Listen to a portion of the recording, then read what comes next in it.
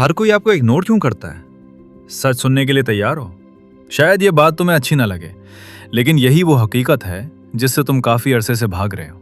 क्योंकि अगर आज तुमने ये समझ लिया तो कल कोई भी तुम्हें इग्नोर नहीं कर सकेगा।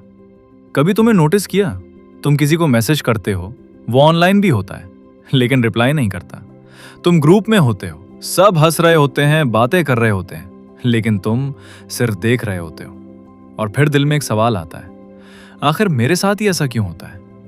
तुम सोचते हो शायद मैं बोरिंग हूं, शायद मैं इंपॉर्टेंट नहीं हूं, या शायद मैं किसी के लायक ही नहीं।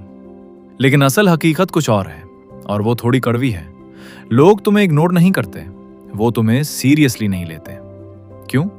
क्योंकि तुम हमेशा अवेलेबल रहते हो। कोई भी तुम्हें मैसेज करे तुम फौरन रिप्लाई देते हो, कोई भी तुम्हें बुलाए तुम फौरन पहुंच जाते हो, और आहिस्ता आहिस्ता तुम अपनी वैल्यू खुद खत्म कर देते हो।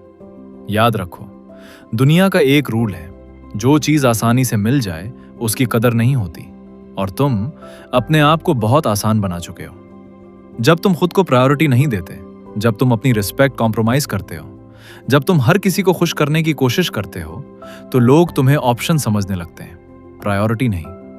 रिस्पेक्ट मांगने से नहीं मिलती, रिस्पेक्ट अर्न करनी पड़ती है, और वो तब मिलती है जब तुम खुद को अहम समझना शुरू करते हो। आज से कुछ चीजें बदल दो।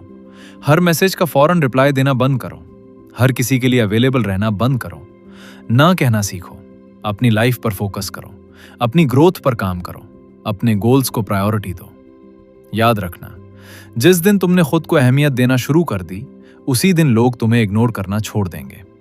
तो फैसला तुम्हें करना है, क्या तुम वही रहोगे जिसे सब इग्नोर करते हैं, या वो बनोगे जिसे इग्नोर करना नामुमकिन हो जाए।